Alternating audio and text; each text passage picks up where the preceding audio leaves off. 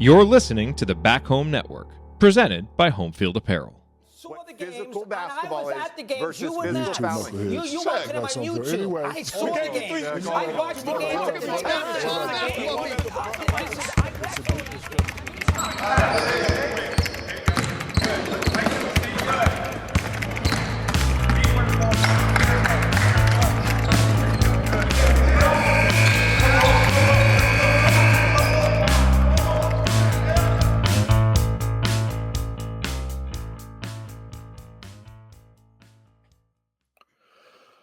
Well, we're here. I'm Bob Moats. Welcome to X's and Joe's, a podcast dedicated to decoding the winning formula in college basketball.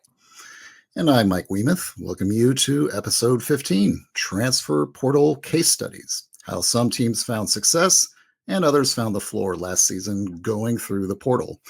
Recorded on the evening of August 9th, 2024. So, Bob, we had some rare baby news here at the Back Home Network. Our pal Tony Drania had a newborn kid last week. I saw that on the Twitter as well as some of the other places in and around the internets. And congratulations to Tony and Jess on, I believe it's their third son. Yes. Named Anthony, I believe. Lorenzo Anthony. Lorenzo Anthony. Thank you. Yes. Yeah. In the words of Luca Brazzi, he did look like a masculine child. He did look like a masculine child. Yeah. He is. Yes. We only hope. What was the line?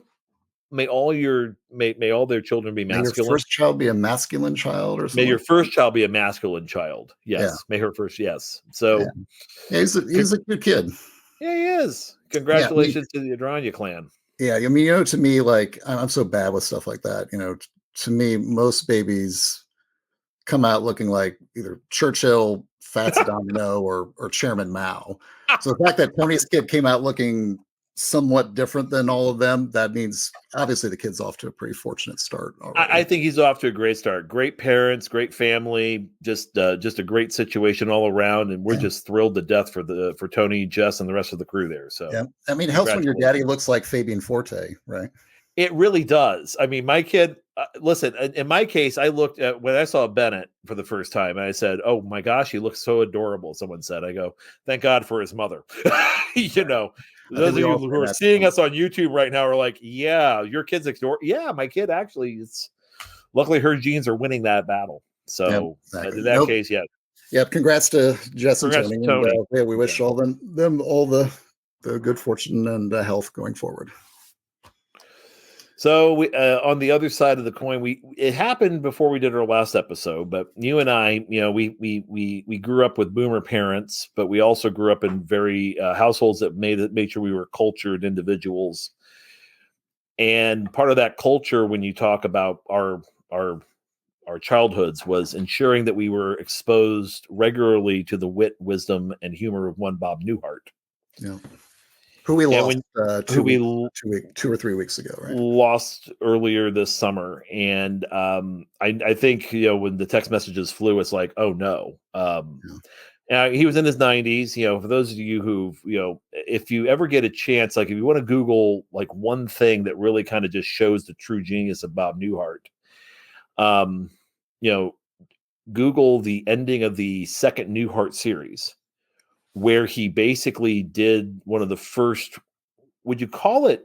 Actually, it was one of the first reunion type shows. Mm-hmm. And the Brady Bunch did their stuff, but it was different. Yeah. Where he actually tied his second show back to his first and made the second show an entire dream sequence rooted in the first show. It was so brilliant. The Bob Newhart show was in the 1970s, where he played a psychiatrist. Yeah. In the 1980s, he had Newhart. That was the name of the show, Newhart. He was an innkeeper in Vermont. Mm-hmm. And he basically at the end, he completely collapses one whole series into the first series, and just for fun, just to make it a gag.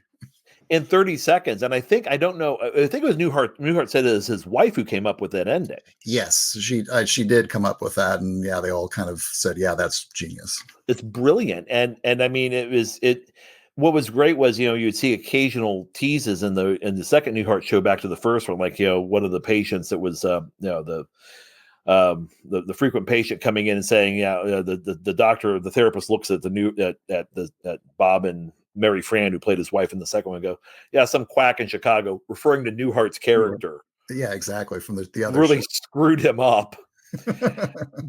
But iconically speaking, the great thing about Bob Newhart, this is the basketball show. So what are we talking about Bob Newhart for? Well, when you talk about effective, anything in life that's effective, there's kind of, when you're a star, you can be a star one of two ways.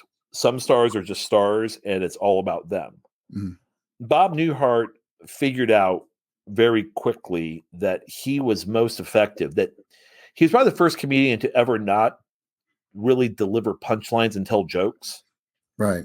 It's not Henny Youngman up there talking about "Take My Wife, Please." Mm-hmm. It was him sitting there and like doing the phone routine. Yeah. Where you didn't even hear the other side of the commentary. He's just reacting to, and he's playing a straight man. Yeah. Not to an invisible person.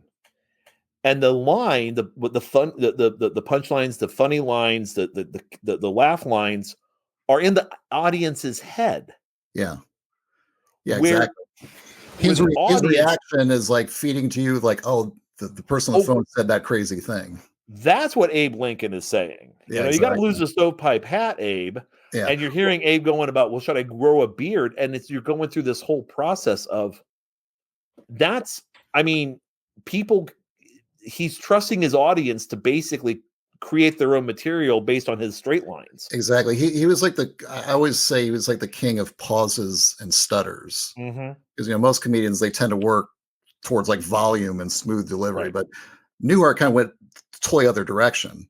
And he always, like you said, he kind of positioned himself as sort of the reasonable player in the skits, right? Even though he was stuttering, but it actually made him sound like he was the sensible one. Yeah. It was always like someone would say, or it's implied that someone said something like crazy or stupid. And he would always kind of come back with like, are you sure you want to do that? And that was like the funny part. Like, there's nothing funny technically about that. It's just like the context, like, makes it really, really, really, really funny. It's like, I'm the same person in the room full of crazy people. And then he could let his other eccentric characters really shine, which is what made him such a giving performer. So he's almost a perfect comedic point guard. Yeah. And for us, I mean, he's what I liked about it, because that style is kind of like the Midwestern sort of like quiet style, the Chicago, Illinois, Jack Benny was kind of that. And Newhart was also kind of in that tradition of not necessarily like the loud eccentric New Yorkers, but, kind of the more stable Midwesterners. So and again, he was from Chicago, and it highlighted an old sociological phenomenon I noticed back in the 90s. And I know we talked about this offline. But if you took an inventory of the great comedians and comedic actors, let's say from the Carson Letterman era of like the 50s through the 80s, they all seem to be either from New York City, especially Brooklyn, or a state bordered by either Lake Michigan or Lake Erie, and almost nowhere else. It's like if you took like a heat map of like all the great comedic players back then, you'd have basically New York City, and then you would have basically a line from like, let's say, Nebraska over to Ohio. Right. And the rest of the country would be basically completely barren. Yeah. And I'm still to this day, I was just like, how come? Like, was nothing of comedic value happening in the American West in like the 1930s or 40s, to where like no comedians came out of there at that time? There will be one of you that will start talking about either Andy Griffith, who then went to New York to become successful, or Minnie Pearl.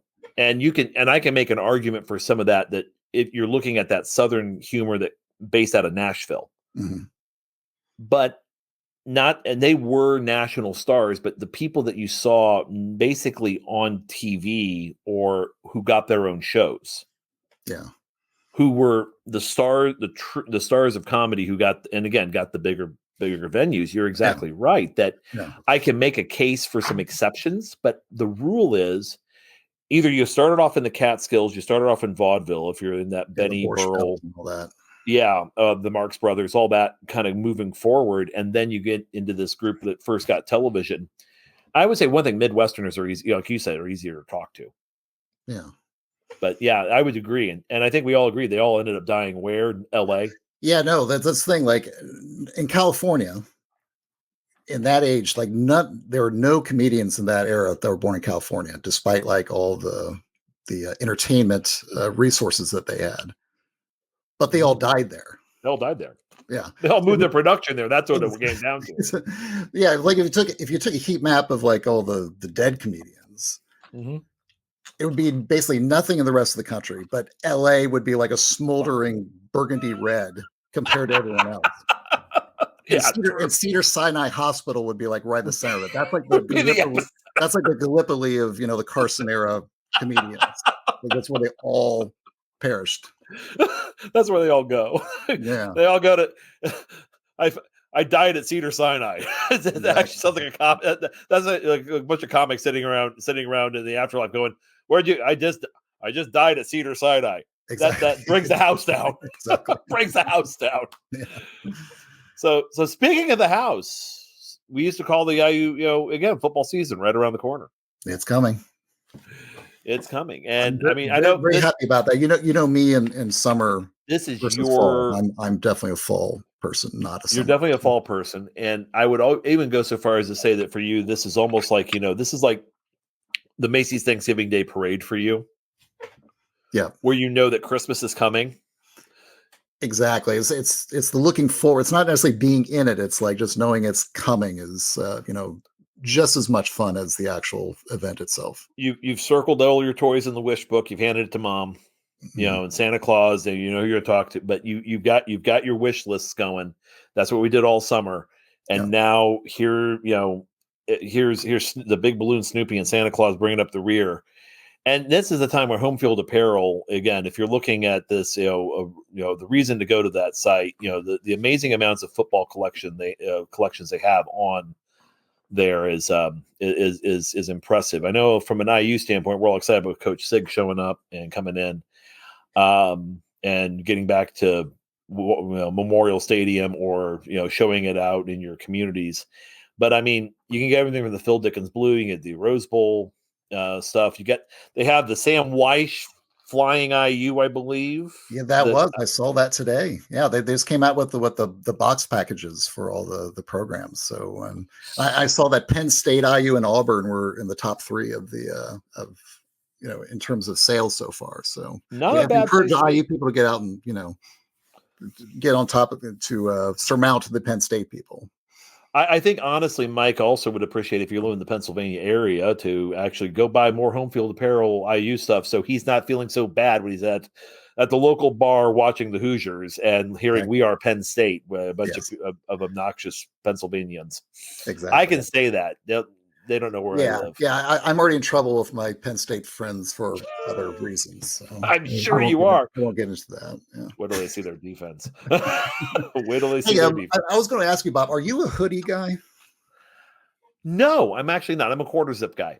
Okay, yeah, I'm kind of a little bit that too. I know a lot of our friends at the network are like they're hoodie guys. Like Tom Sony, I know buys them. Andy does. So yeah, I mean, I didn't know if that's something that you've given a try. Home Field's got great hoodies. Great hoodies. I've not tried them. I tried years ago. I tried a hoodie, and unfortunately, it made me look like one of those maesters from Game of Thrones. And so I've never put on one since. But I may try now with the new packages that Home Field came out with. It's always good to try something try something new every couple decades.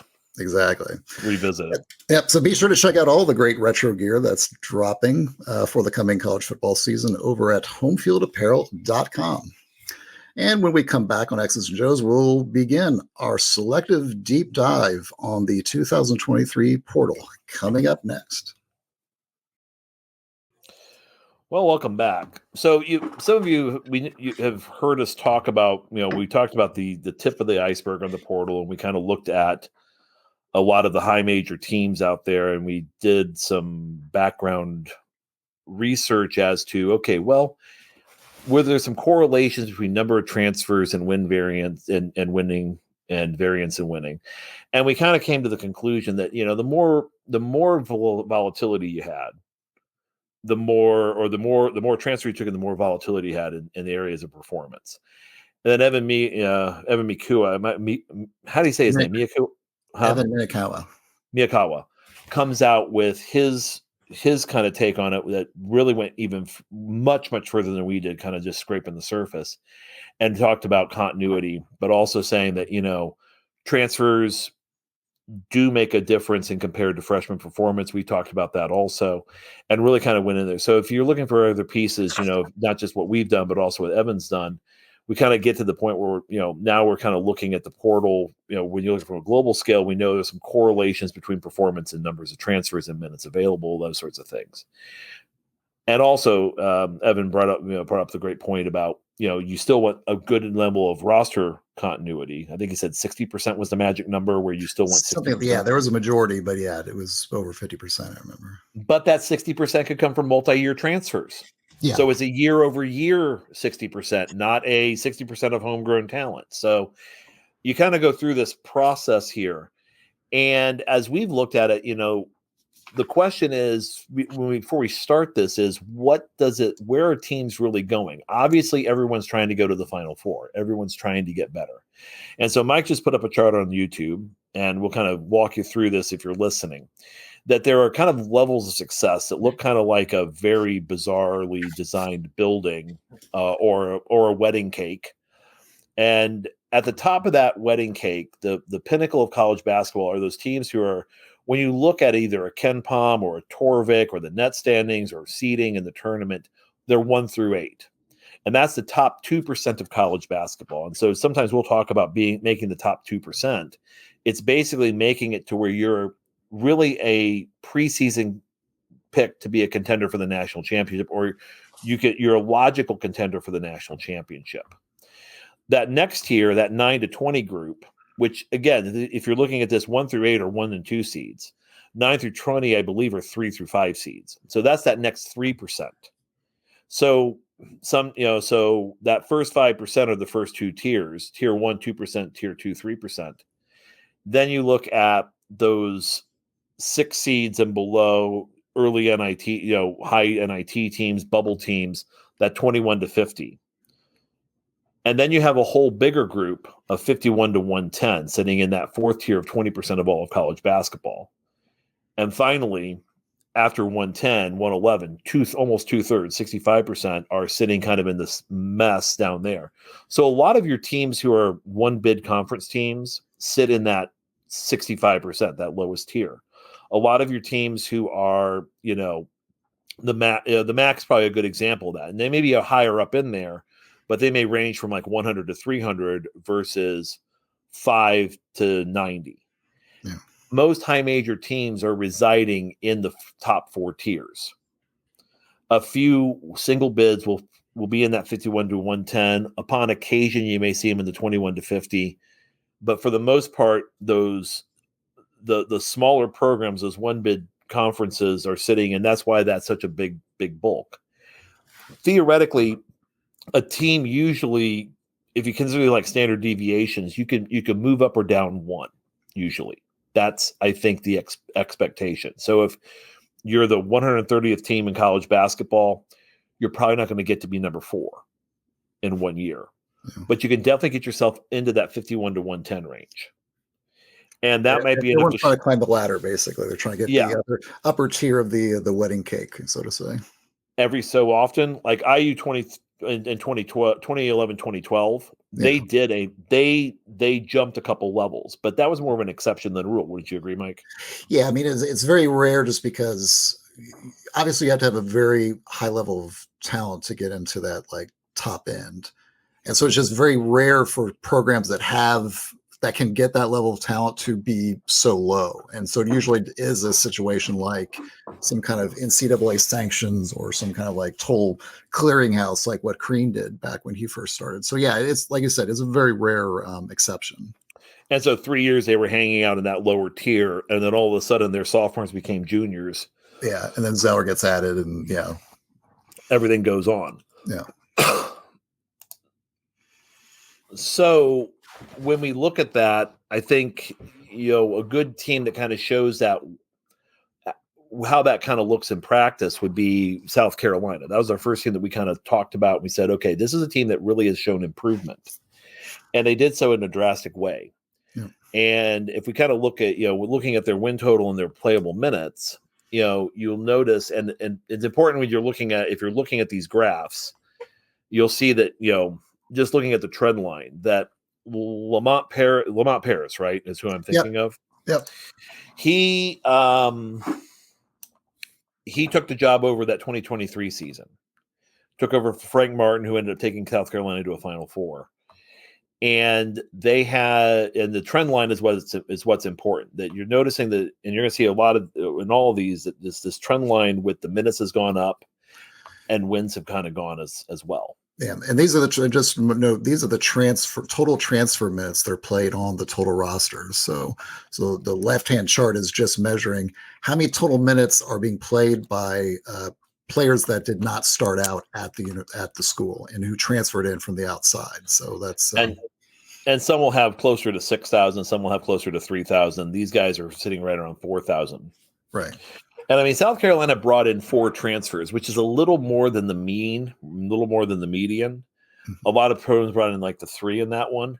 And you'll notice that 2023, 2024, they went up 15 wins. Which is very unusual.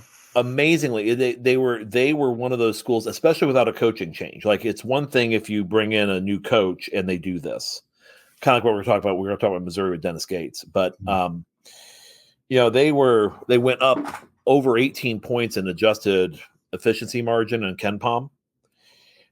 They went from 221st to 54th. So they went from the middle of that lowest tier to the top of the 4th tier, which is really close to being it's an exceptional level of improvement. And came from being, again, a team that was well under 500, that was every 2 losses for every win team, to a tourney bid as a 6th seed. Yeah. So, I mean, how did they do it? Well, if we look at this a little more closely, and I'm going to get into, thanks to our good friend Galen, who kind of showed us how to do this, over the years. Thanks, Galen. Or this year. Here is KenPom. And if you'll see this, what you'll see here, and I'm just going to hit Control Plus here. Let's get that a little bigger, Mike? Yep. Okay, so as we're looking at this, you'll see that, the traits of this team, if you look at Lamont Paris, and we go into Lamont Paris beforehand, his teams play very deliberately. This is a very low tempo team where they're looking at, if you're thinking the average is in that 69 possessions a game, they're at 63, 64, and that's where they reside. They are high volume 3-point shooters, over 40% both years. Mm-hmm. They also are not a team that forces a lot of turnovers. What they do is they're going to defend you. They're going to, I wouldn't call it. It's more of a shot altering, shot stopping type defense versus a defense that's really interested in getting in passing lanes or forcing teams to make mistakes with the ball, but more with shooting selections. Do you remember where Lamont Paris was an assistant for a long time? Was it Carolina? Wisconsin. Thank you. So that explains a lot of the deliberate pace and the sort of defense focused on not turnovers, just making shots difficult. Right. And so if we go down a little, as we look at that and we look at the team last year, they're and kind of their players. One of the things that Paris did, actually, I'm going to go back to the first year, that he was there. You'll notice that Gigi Johnson is right here as their top player as a freshman. Jackson, excuse me. I didn't say John. Oh, I look at Michi Johnson when I was looking at exactly. Gigi Jackson. Yeah. Jackson and Johnson. So, Gigi Jackson. Thank you, Mike. Yeah. Then he plays 2/3 of the minutes, and he was a lottery pick, right, Mike? Yeah, he was I think to this day, he's still South Carolina's highest rated recruit in program history. And Lamont Paris got him, I think, within like 2 or 3 weeks of taking the job. So it was like, He was a North Carolina commit initially, decommitted, and then joined Paris at South Carolina. So it was a huge coup for the Gamecocks in terms of their basketball program. And so again, great player, but as we've talked about with freshmen before, and again, you look at the offensive rating, I would say kind of similar to, let's say, even what Jalen Hood-Schifino looked like with his offensive rating and his efficiency numbers. When we look at like BPM, they're kind of closer together than, let's say, a Romeo Langford. Yeah. But I think Jackson didn't have as strong of options around him, even with Jacoby Wright and Michi Johnson. Yeah. And that ends up being where his impact is lessened. And by that next time, by next season, when you put in BJ Mack, you have a player in BJ Mack who has some similar shooting numbers, but also his offensive rating basically goes up almost 20 points. Yeah. We also think about, and this is a theme that will probably come up several times in our conversations around like portal utilization and teams that did better or worse, is looking at the talent. Talent obviously is like a big deal, but also just the experience level is with Gigi Jackson being like, let's say the leading player on the year prior when they had 11 wins. I mean, even as a 5-star freshman, there's only so much he could do. The next year when they add Johnson, they had Michi Johnson, was already there, and then he just got a year older. But then they added Mack and Cooper from Minnesota. Right. Their top 3 players that year were all juniors and seniors. Right. So I think you're going to see a recurring theme in this, and I know it was something we'll bring up when we talk about Washington, is that you notice this pattern pretty consistently, is teams that have a decent level of talent, but also have experience. They have juniors, they have sophomores, they have seniors. Those teams will typically outperform teams that have, let's say, really talented kids that are mostly freshman, sophomore. And so, and again, this kind of loops back to our prior conversation around the sweet spot, from episode like 2 or 3 or wherever that was, where the teams and high performers are typically going to have the right mix of high talent and experience. If you lack too much of one or the other, then you're just not going to be able to perform, at sort of a nationally competitive level. And you kind of see that with South Carolina. They had a one and done the year prior. Obviously the most talented recruit that's ever come to South Carolina in terms of their numbers, and they were 11-win team. They lose him to the draft. The next year, they don't bring any, NBA one and done players, but they bring in several high performing juniors and seniors, and then they jump up 15 wins from the prior year up to 26. They got BJ Mack from Wofford. Yeah. It wasn't like they picked him up out of North Carolina or Duke. And I mean, and he was a very impactful player with Wofford. Looking at even as, looking at how he played there. And I think that's and Cooper, I think, was at originally he was at Minnesota, but came in from Morehead State. That's right. Yeah. So I remember years ago he was at Minnesota. So that was, but again, you have players that are much more versatile and seasoned. I think the difference when I was watching the film on South Carolina, I'm watching BJ Mack and how he's moving without the ball versus how Jackson moved without the ball. Like Jackson would go to a corner and they do some cuts with him, but for the most part, he kind of stayed in the corner and could either drive it or shoot it from that corner. Yeah. With Mack, he was so incredibly active in setting screens, high pins and guys. And then what he would do is he could actually flare off that. So he would set a pin screen. He would set a high screen. A guy like Jacoby Wright would curl off that, and then Mack would just pop open and have a 3-point shot availability. And he's a 32% 3-point shooter. So that's a pretty good thing. Or he could attack the closeout, 50% 2-point shooter, 48% 2-point shooter. And I remember he was pretty well built too. I remember like when he was a recruit, he's a pretty thick kid from what I would say he's a middle linebacker. Jackson's a wide receiver, but he's a middle linebacker. And really, that because they were able to run more offensive actions, or have more, just not be so dependent on Johnson and Cooper just creating out of this. They had an additional player and Talon Cooper, who comes in and just is able to, really stretch the floor as a shooter and also as a driver. Yeah. Your spot ups, they were 94% of the time they got a spot up look, and according to Synergy. Yeah. I'm sorry, 30% of the time they did. That's 94th percentile in the country. So they're one of the top teams in getting what you call level 3 actions or determinations, meaning that a Johnson in particular and Cooper, who both have over 20% assist rates, are hitting a MAC or hitting, or hitting these guys out there for wide open looks.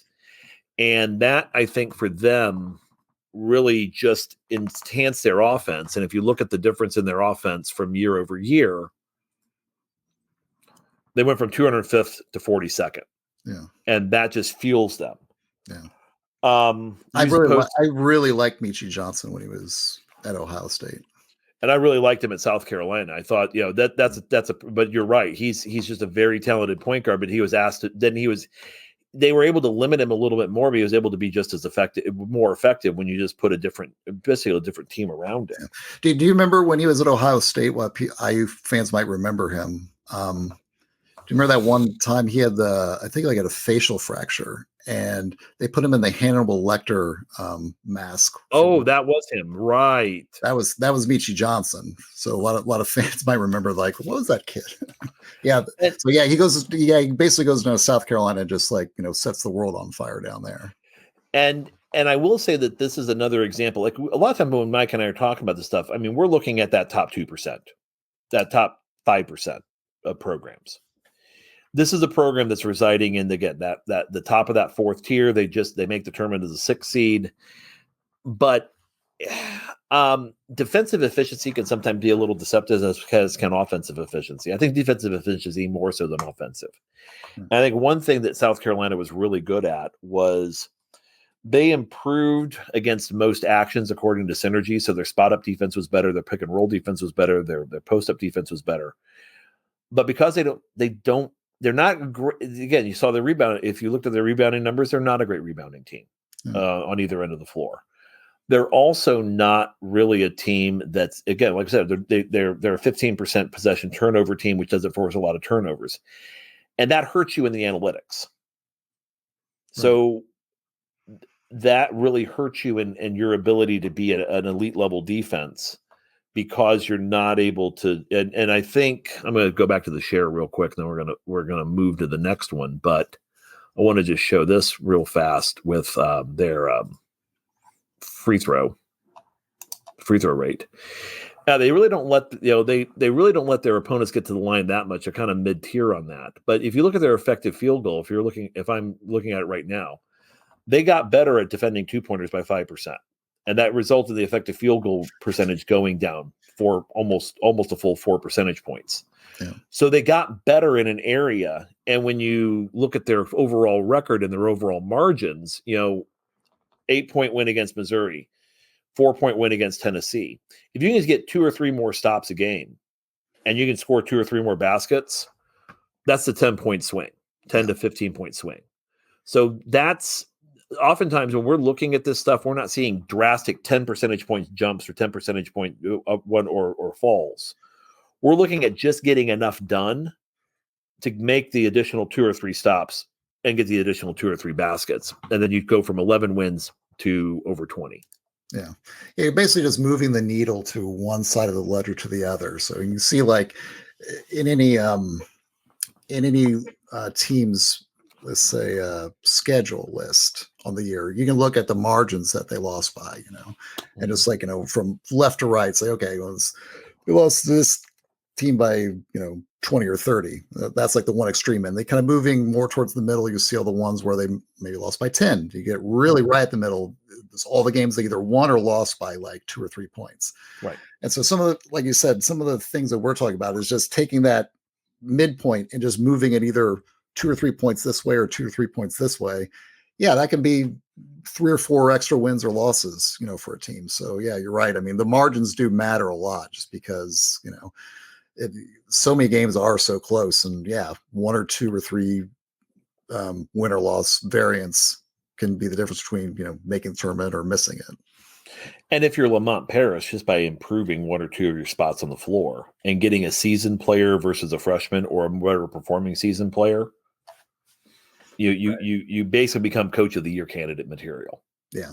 And you're definitely stabilized at a place like South Carolina because, they were very happy with what he was doing down there. I mean, they had fired Frank Martin, who had taken him to a Final Four because they basically, he had just. Yeah, he bottomed out. He had like a 7 or 8 win season, like 2 or 3 years before. He just totally like scraped the channel.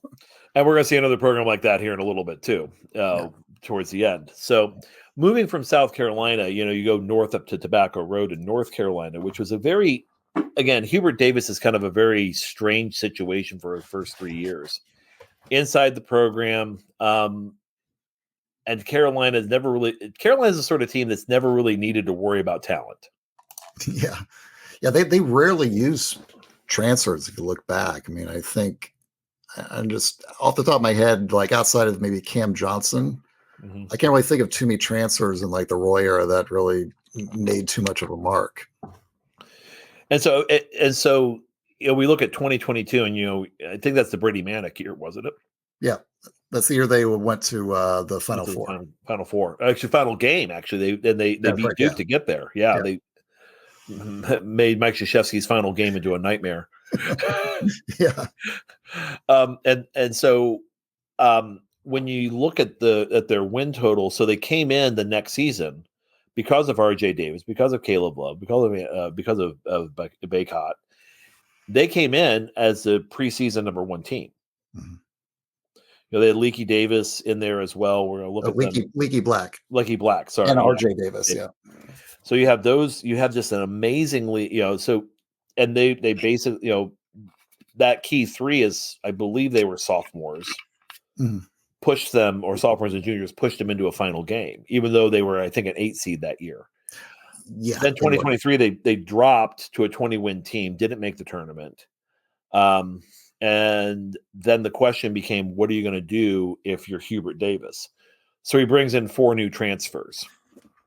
And those transfers, and I'm going to go back to the share screen. As I go into them, and let me just go to, we're going to make this real easy. Boom. Well, while you're doing that, Bob, Brady Manick, did you ever think he looked like the lead singer from the Spin Doctors? Oh, he totally did. I mean, he as we call it now, retro rock, Mike. Those are oldies now at this point. But yeah, he what was that? The first time I saw, remember he played at Oklahoma, and the first time he did. I saw him at like Carolina, I was like, oh yeah, the guy looks familiar. I remember he was at Oklahoma, but also thought like he looks familiar and outside of basketball for some reason. I couldn't like place it, and then I remember like 2 days later, like there was some retro rock thing on, and that song "Two Princes" came on. I was like, "Wait a minute, that's Brady Manick." Brady Manick. They just need to put that little like woolen beanie kind of hat on him. That would have been. He could definitely pull off that early grunge '90s look. Very easily do that. We will post in the show notes the comparison, and then for people to judge for themselves. Yeah. So speaking of the Spin Doctors, up-tempo music, North Carolina up-tempo as well. I mean, this is a program that's always kind of been good on tempo control. And really in the Roy years, the Hubert years, they're a 70 possession type team. They want to get the ball more. They want to play faster. And you will know, and if you notice on the KenPom in 2023, they went from being a 70 possession team to a 69 possession team. Now, that doesn't sound like a lot. But again, when you're playing slower than what you're used to playing, and your opponent they're forcing you to make you more uncomfortable than you're making them uncomfortable, it makes a difference in those, again, 3 to 5 possession games that we're talking about, where you're looking to, where the win or loss is won basically with 5%, less than 5% of the game. Basically, strong rebounding. This has always been a characteristic of Carolina teams. Even under Hubert Davis, they're top 15 in the country in offensive rebound in those 3 years. And they're also a pretty good offensive rebound. Defensive rebounding, they're really good at getting the ball themselves, or at least they're about 1/3 of the shots that they're shooting, they're going to get an offensive rebound on. Mhm. The other and I would say another great trend is there again, they like to outscore you at the line. So if you go back to that 2024 team, they may have kept their free throw rate and percentages the same. They rebounded about the same, but they played faster, and they really did a good job of also getting to be across the board, and especially from three, getting to be a better shooting team. Yeah, they went from the notes I took from the year prior, they were 329th in the country in 3-point percentage. In 24, they moved up to 77th, which I mean, they weren't elite, but going from awful to at least pretty good is a huge difference in terms of your point margins. Well, and if you're getting to the free throw line, I mean, basically, if over 1/3 of your shots are from the line, you're shooting 78.6% from the line. Shooting 36% from three, that's basically that you're getting more than 1 point per possession on a 3-point shot. Yeah. So versus getting less than 1 point per possession on a 3-point shot. So they did this, I think, in many respects by going smaller. The year before, if you look at them, and I'll go back to, we look at like Leaky Black was a 6'9", Pete Dance was 6'11". Yeah. Armando Bacot 6'11". So you were basically playing two centers and a four. And Love and Davis in the backcourt. And you thought Love and Davis would be good enough to get downhill enough to be able to open the rest of them up. But Love and Davis, between the two of them, are putting up over half of your shots when they're in the game. Especially Love. Especially Love. Caleb loves to shoot. That should be his new And there's nothing wrong with that, but when you're only shooting almost like right at 30% from three, and you're shooting less than 50% from two, that can kind of give some problems for you across the board. And again, they were playing more than 80% of the game. So you would think on paper, and during that tournament the year before that, they were amazing. Right. But the next season, we had remember Brady Manick was there, and he was such a hard guy to defend. I mean, he was the difference in terms of them, making the Final Four versus dropping out the second round. You remember, I think he dropped 26 points against Baylor in that second round game. I think it went to overtime. It wasn't, if he didn't, go off like that, they would have been out of the tournament right then and there. So, yeah, that the dynamic of the team really kind of changed when they went from, say, Manick to Pete Nance. Pete or Black. Or Black, yeah, either one of them. It was kind of like the other non-Baco big. So, yeah. And again, I'm looking at that lineup right now. They were able to play bigger because of Manick, because he was a lot more versatile than Pete Nance. Yeah. So again, you thought, well, maybe one could replace the other, but that really wasn't how that played out by any stretch of the imagination. Yeah, I remember Black was a good defender, but he was not a great scorer. And Nance was he had good touch, but he was kind of stiff from what I remember. Because remember, he used to play at Northwestern. IU played him a few times. Yeah, they did. And he could cause problems, but it wasn't the same as what we're talking about here. Yeah. But now you look at if you look at the lineup 2 years later, and even the next year, where they replace Caleb Love with Elliot Cadeau, who's a freshman point guard. They actually replaced him with a legit point guard, and so now Davis is actually able to play shooting guard. Elliot Cadeau is playing point guard for him, and they bring in Cormac Ryan, who comes in from Notre Dame. And you look at his shooting percentages and you compare that to, again, Leaky Black, it's a much different player. And it's just a different situation for them. Harrison Ingram, they bring him in. Yeah. And this is him. He was a former 5-star. Yeah. And you look at a guy that, again, had, and again, markedly improved on a better team, from 100.8 offensive rating to 113.9. Totally. So those two, you're playing smaller. Yeah. And you're and you're getting better results on pick and rolls. You're getting better results on transition. You're more efficient on transition. You're getting a higher volume on it. And you have, again, instead of having two studs who are, I would say almost, would you describe they were fighting over the ball that in 2023? Love and Davis Davis and Love. Yeah. Yeah, they were fighting over the ball and other things off the court. Off the court issues were there too. We're just going to say off the court issues were there. Yeah. And yeah, you're right. I mean, they got smaller, and they, when you go from, it makes a huge difference what that sort of swing player is, right? Going from 2 guard/attackers to 3 guard/attackers is a huge difference, especially when you talk about just matchups. And you're right. I mean, you can push pace a little bit more, and they were able to deploy better shooters. Like I said, Leaky Black, he was a good player, but he just lacked offensive productivity. And believe me, Carolina fans go on any message board at the time. Carolina fans will talk at length about Leaky Black's deficits, let's say, in his offensive toolkit. And I would say that, even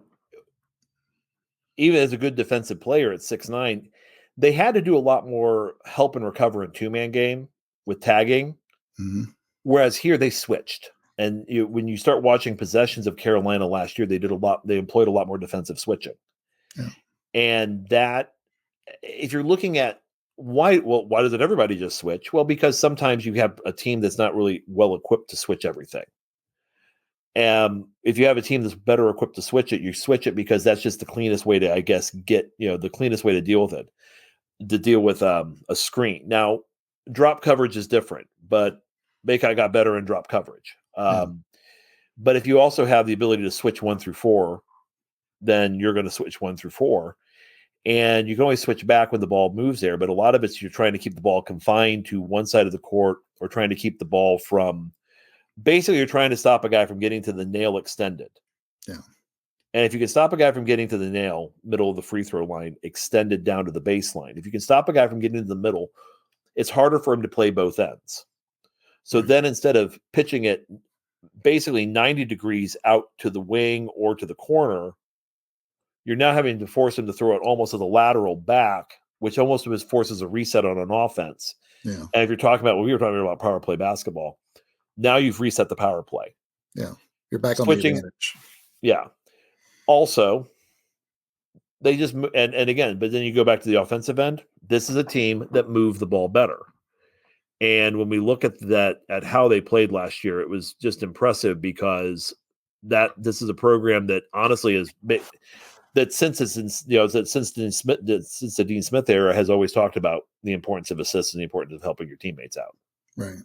They're the ones who invented the pointing to the guy that gave you the assist, if I recall correctly. Exactly. I believe you're right. Yeah. So you see now, as we took this dive a little bit on two teams that were very successful, you kind of notice tempo control plays a big factor. Improved shooting plays a factor, as well as shooting, not just improved shooting, but also improving your shooting defense plays a big factor. And just by making some tweaks, you can go from a 20-win team to a 26-win team. You can jump at least one, or you can jump one level if you need to. My son just walked into the room. Awesome. Excuse me. Hey, Bennett. Hi, Bennett. Everybody meet Bennett Moats. Bennett has not hit the transfer portal yet, but not hit the portal yet, but he might here in a little bit. So when we come back, Bennett's going to go back in the other room, and I'm going to rejoin Mike as he leads us into how it went. Like I said, we got a couple that went well for, a couple that didn't. That's a microphone, buddy. Say hello. Say hi, everybody. Okay, when we come back, now say bye, everybody. Take care, Bennett. Okay, when we come back on X's and Joe's. Welcome back to X's and Joe's. I'm Mike Weemuth, joined by Coach Bob Moats. I kind of wanted to hear Bennett's opinion about the transfer portal. He, believe it or not, I mean, this kid loves watching basketball. Well, that's And so good. we're going through some things like what are good habits, what are bad habits. Like, okay, you just have this kids have the helps out of position in this situation, which led to the dunk. Yeah. We ended up not watching the last USA basketball game together. We watched one against Brazil, and he's giving me some pointers and showing me what he's been learning, and he's got a pretty good eye for the game. So Good. Well, you chip off the old block. I'm sure he's going to learn plenty about the game in the coming years. I actually, in all seriousness, every time he passes a basketball goal, he just points and yells "ball." So I think he's watching, he's observing. So Yeah, well, it's early, so it's early. yeah. So Yeah, and segment one, I guess we kind of covered squads that had, I don't know what you'd say, Bob, maybe more reasonably positive outcomes in terms of their portal utilization. I think anytime you have two teams that missed a tournament, one goes to a 6 seed after being like firmly in the bottom, and then going almost to the to the top of the fourth tier. Yeah, and another team that basically goes into the top 2% after what was an amazingly disappointing season for North Carolina last year. Yeah, that's a success. Exactly. That's your success. Exactly. So I guess in this portion, we'll cover at least two samples of schools that maybe had slightly different outcomes in terms of their portal utilization. So I thought maybe, kind of leading into this, we'd kind of revisit maybe our conversation previously about the chip stack theory and how that sort of impacts coaching, the perception of coaches, and mainly how both fans and the media look at coaches in terms of their performance. Now, if you remember, chip stack theory going back to, I think it was episode 2, right? I think that was our second episode we did on the program. Yeah. Yep. So chip stack theory simply holds that the sustainability of any coaching tenure is chiefly governed by performance against specific variables, like your team's record against your most hated rival, and less about how long a coach has been on the job, which is basically the model of what most people assumed was how things used to be. You remember any conversation about a coach and their performance was typically ended with, but they're only in year 2, or they're only in year 3, or they just got hired and they're year 4. So that's tethering everything to the time interval was always basically the biggest part of the conversation.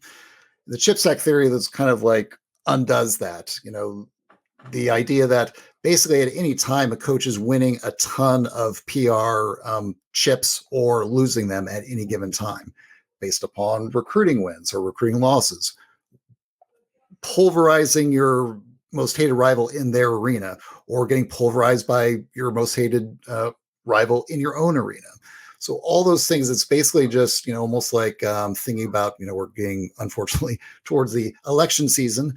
You think about poll numbers. Basically, the chip stack theory is kind of parallel to political poll numbers, that a coach's popularity within their own institution rises or falls rapidly based upon events of the day. So basically, that's the chip stack.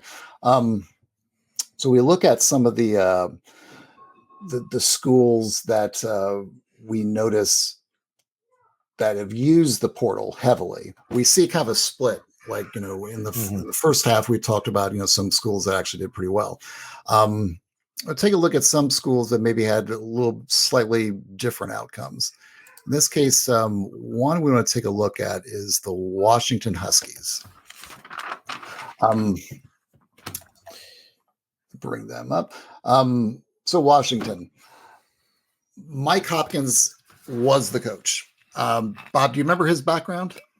No, I do not. This is, and I think I Googled him and I looked at some of this stuff, but I realized, well, I don't. I think he actually played once against IU. He was he played for Syracuse. Okay, that's right. He's a Syracuse guy. Yeah. He played from like 1990 to 93. Right. So I think he was technically he logged minutes against Indiana at one point. He was also coach in waiting there. Wasn't because now waiting. He was the head coach for 9 games. He was the head coach for 9 games, and I mean, one of the great head scratchers in college basketball is why didn't you wait Boeheim out? Right. Yeah. No. It's Yeah, that's it is interesting. I don't know what I don't know the internal dynamics at Syracuse are, but yeah, I kind of thought that was really interesting because he was the interim coach after the NCAA smacked Syracuse down for lack of institutional control for those things that happened in the early 2000s. And so, yeah, for 9 games, he was the coach in, I think it was 2016. Okay. So Yep. it was right there. And again, I was reading up on him. It's like, yeah, the guy was supposed to take over whenever Boeheim decided to retire. Then Boeheim said, I'm in, I'm out. I'm in, I'm out. Maybe I'll do it. Maybe I won't. And, I want to coach my kids. Yeah, I want to coach exactly. my kids. Yeah. And I can relate to that. You all just saw why, but you know. Yeah. So Hopkins, so he goes to Washington. Lorenzo Romar was fired. He had been the longtime coach at Washington for like a decade and a half. He was there for a while. Had some varying success. He had some good teams and some not so great teams, and kind of faded at the end, like most coaches do when they get fired. Hopkins in year 2, his year 2 was 2019. Was probably the best Washington Huskies squad of the last decade. They won the Pac-12. You see on the chart, they won 27 games, and they made it to the second round of the dance. I think actually they lost to UNC that year in the second round. And they had some pretty good dudes on their team. They had Matisse Thybulle, who plays for the Sixers. Jalen Noel also went to the NBA. Noah Dickerson, David Crisp. I mean, they had a pretty talented squad in terms of just top to bottom dudes, and again, most of those guys were seniors. I think 4 of the top 6 performers they had that year were seniors, so it was a very experienced team overall. In the next year, most of those guys left. I mean, they jumped the NBA. They lost several guys to the graduation, so they basically kind of had to start over again. And they did land some really good players. I mean, they got Isaiah Stewart and J.D. McDaniels were 2 McDonald's All-American dudes, both top 10. And they got Quade Green from Kentucky, who was a former top 25 kid. So they loaded up with some really impressive dudes, but they went 15-17 that next year, despite having those really impressive dudes on their team. And again, going back to a prior conversation, no upperclassmen in the core rotation. There's almost all sophomores and freshmen. So it's a regression year is basically what you're saying. Exactly. Yeah. And one of the problems is, and this is what really kind of beset Washington, kind of looking at their numbers, and you see their transfer minutes played goes up as their win totals are going down. After that 2019 squad, Washington basically got into this cycle of loading up on kids, having a few of them leave early for, the NBA, one and done kids, but they also would have a high transfer rate of some of the remaining players. Okay. So every season, Washington would be losing 5, 6, 7 kids. And then to supplement and put a squad together the next year, they would have to load up on 5, 6, 7 transfers. And so they just got on this recurrent cycle of constantly going back and forth through more transfers and then losing them out the door. It's a little bit like our conversation we had last episode with Galen, right, about IU under Bob Knight at the end. Everyone looked at the recruiting, obviously, which there was a regression in recruiting for Knight in the late 90s, but that wasn't really, as it was a variable. It was not just the only variable that was impacting the roster. The churn out of kids leaving IU at that time was a problem. So they would, and I joke, they would always add 1 McDonald's All-American and lose one, and then another one would leave early out the door the next spring. And so that's essentially the problem that Hopkins ran into at Washington. He just loads up on kids, but then they're gone. And he's constantly just having freshmen and sophomore laden teams. I think on the 2020 team, that next year, he had no seniors in the top 8 of his roster. Whereas the prior year, he had 2/3 of his top players were seniors. So what we're looking at is like a danger after a regression, which is, okay, it's like Daffy Duck blows himself up and he gets a standing ovation. And the problem is I can only do this once. And again, Hopkins is in a position where he inherited a pretty good team, brought in the pieces, got him coached to a certain level, and then it looked like, okay, we're ready to take a step up with who we're bringing in. Part of the problem is COVID hits. Part of the problem is that is in 2020, and that you can kind of factor some of that maybe into this conversation. Yeah. It's not worth us even getting into, other than just the fact that it's a possibility. Yeah. But then the disastrous 2021 season, and then now you're on that portal carousel where it's mass transit. People, 6 load on, 6 load off. It's like a New York City subway stop. Yeah. So would you kind of say this was, again, a fail? This is the danger. After you have that initial success, that second wave. Yeah. For a coach, that sometimes you get, like, I think some would argue Tom Crean got bit by maybe the second or the third wave. Yeah, it's I always call, like, the portal, or it's like with Calipari when he was at Kentucky.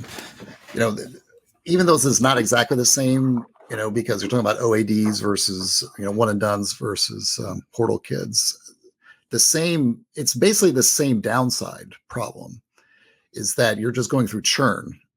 You're churning kids in and churning kids out. It completely breaks up, continuity and all the other, this is kind of stuff that coaches, like you talk about. Right. No chemistry. Exactly. Chemistry gets broken up. And so it's all the sort of intangible qualities of a team that just constantly just get, severed when you're bringing in so many kids anew and pushing so many out the door, going the other direction. So it's funny because it's one of those things where I'm going to start at the end of my notes here. I don't know if you can see it or not.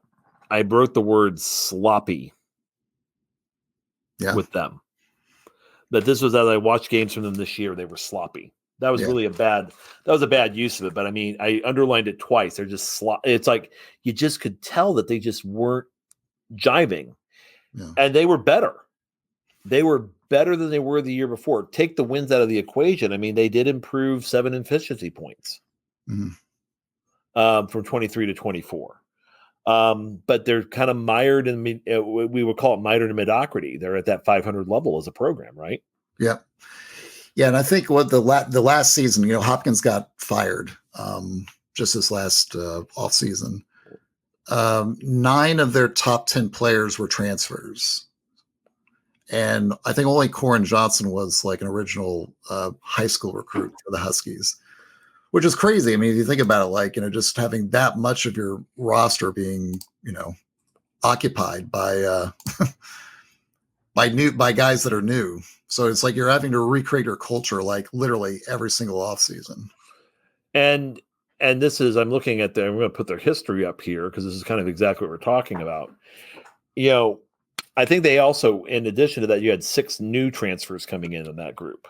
Mm-hmm. They went up one team. And again, this is another team that that's pretty effective when they play up tempo. Although Hopkins' year that they won 27, that was his slowest playing team. But they play up tempo, low efficiency rebounding team again. If you're looking at this on Ken Palm, you'll notice on defense, the offensive rebound rate, which is one of the 4 factors, is all in the red. So it's they were sub 300 and more like mid 300s when you look at their ability to rebound the basketball over Hopkins' time. They got better at it in 2024, but there's a large discrepancy also between offensive and defensive efficiency, at least in the last few years. Where some years they have a really good offense and a mediocre defense, and then they may have a better defense but not as good of an offense. Yeah. And that's always kind of a danger sign, I think, for a team, because it kind of just shows that they're just, again, that sloppy, not being that the chemistry's not there. They're missing the middle part of the game of transitioning from one to the other. Yeah, and it's a frustration. And that hovering around 500 after a 5-21 season is enough for a death knell. So you're saying, well, they were better, but being better wasn't good enough when you look at the circumstances and situations, and even this, with that. Yeah, and if you also think about it, when we go to our, conversation about the chip stack, when a coach comes in and wins at a really high level early, Like he was at 27 wins in year 2. That's really hard to regress and keep fans engaged if you're just year over year, you're not getting anywhere near that. And especially problematic if you're getting like good recruits and you're still not able to hit anywhere close to where you want to be. Because at least if you're not getting the recruits, you can kind of say, "Oh, well, we're going to double down. We're going to get new assistants, and we're going to turn things around because we're going to get better players." Where you're getting good players and it's still not working, then that's a huge problem. Well, and it's the old Steve Goodman song, one of my favorite Steve Goodman songs, which is the "I don't know where I'm going, but I'm going nowhere in a hurry" blues. This is where we are. Yeah. I mean, if you're looking, this guy's going, and they were really going nowhere in a hurry with this. And yeah, they got better, but again, this is a team improved shooting. They improved it by 4 or 5 percentage points, but their opponents shot better too. Yeah. And that, so that negates, that keeps you where you're at. So you go back to that offensive versus defensive efficiency, were you better offensively? Were you better defensively? You need to be good at both. Yeah. And if you're going to be elite, you got to be elite at both. But if you're going to be good, if you're going to be in that middle, tier that we talked about, or going from the middle tier to that fourth tier to the third tier, you need to be better than 100 in both of those, I would say. Yeah. No, exactly. Yeah, and it's hard because again, you're in recruiting and scouting, you're looking for those players that can be both, and that's difficult because it's typically like dudes that have pretty good athleticism and pretty good skills, and obviously those are the guys you typically find.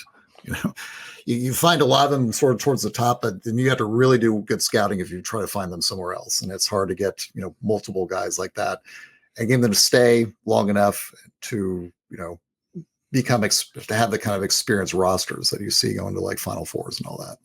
Agreed. And Yep. So looking quickly at the roster, they had a nice UK to Washington pipeline with Keon Brooks and Xavier Wheeler. And with every IU fans are going, Keon Brooks, we remember that name. Oh, yeah. What's his future transfer? Does he have any eligibility left? Just checking. No. Okay, let's. I'm going to just to confirm, so everybody playing at home can look at this. Keon Brooks, 1, 2, 3, 4, 5. You can now take him off your board for perpetuity. It was amazing how many chat discussions within like the IU with an IU message board sphere that would start with, "Hey, maybe Keon can jump in with us." But but we look at those guys, and Xavier Wheeler, who was again a pretty good point guard coming from Kentucky as well, and these are again not great numbers, but a decent assist rate. He had an assist in 33% of their possession of their scores. Mm. But they also pulled in another fan favorite from IU Bloomington, Paul Mulcahy from Rutgers. Yeah. He was high on our list of players we loved. And then Moses Wood, who came from Portland, which actually, so I'm looking at him right now. If you're seeing this on YouTube, Tulane, UNLV, then 2 years at Portland, then back to Washington. One of those players that I think we're going to see some journeyman type players in the portal, where they just spend a year or two in like 4 places, or 3 places versus one transfer. So multi-transfer players, but they did better at the rim. They took 5% more of their shots at the rim. But their big play was at times fairly ineffective, especially in drop coverage. And I mean, it was just one of those teams that when I watched them, I was just again struck by just things just didn't look all that clean. And again, it goes back to what we were talking about with the connectivity and the chemistry of this group. Even though you look at that talent, and that on paper is at least a decent team, Mike, especially in a Pac-10, or Pac-12, excuse me, or now the Pac nothing, the defunct Pac-2. conference, the Pac-2. They're now totally, this was a team that should have done that was supposed to do better. And so even though they improved metrics, they only improved by 1 win. Yeah. What helped them was they had early season wins against Xavier and Gonzaga, and then just kind of the wheels fell off. Yeah. And that inconsistency is always a big problem when you beat Gonzaga by 5 and then you go, and then first of the year comes and you drop 3 straight. Sometimes you're going to beat Gonzaga. That's a program defining win. And then all of a sudden you play Seattle and they're fired up and you think you're the best team in the country. They're going to maybe dip you, but they have found a way to win that game. So there's a lot of this where just getting your guys and getting some continuity is very important in this conversation. Yeah. So another team, and this is kind of like a weird sort of, this is like what are they calling them now? The meme stocks, right? Yeah. The meme stocks. Yeah, I mean, GameStop. I'm thinking of, right, where all of a sudden all these kids out there on Discord servers. I don't know who ever hangs out on those because what's the Discord? Yeah, what's Discord? Yeah, those of us playing at home. You note that we have an X's and Joe's tab on the Discord that we love to engage with you all on. Oh yeah, that's right. So with me, the Discord is, meme stock is one that all of a sudden just fires up because they get a whole lot of love and attention, and people just start buying the stuff through Robinhood. Exactly. Yeah. And then mom cuts the pizza budget, and they got to sell the damn thing so they can actually Venmo their Uber Eats driver. Yeah, it's like it's rush buying on the market. So yeah, it's like I even really. Yeah, I think GameStop was like the first one that did that, right? Where like everyone just rush bought GameStop for like 2 or 3 days, pumped up the price, and then it crashed again. Well, it was like a Jim Cramer. Somebody goes on and said, GameStop's a loser, blah, blah, blah. And then all of a sudden, it was one of those weird sort of viral things. I think it happened during COVID. Yeah. And all these video gamers said, hey, you know what? If we just all focused our energies on this one stock and we just go through Robinhood. Yeah. And what they did was, it wasn't like they caused it. What they did was they timed it enough to mess up the algorithm so that all of a sudden Vanguard starts buying a ton of GameStop because the algorithm says I need to do this. Yeah, exactly. So that's a very weird way of saying you can do something, a little bit of input here results in a massive amount of input over here that results in a massive jump up, which we see with Missouri. That when they fire Conzo Martin in 2022, they bring in Dennis Gates in 2023. Yeah. And he takes over I think he inherited a good number of that team, didn't he, Mike? I mean, that Missouri team was not exactly a massive roster turnover, was it?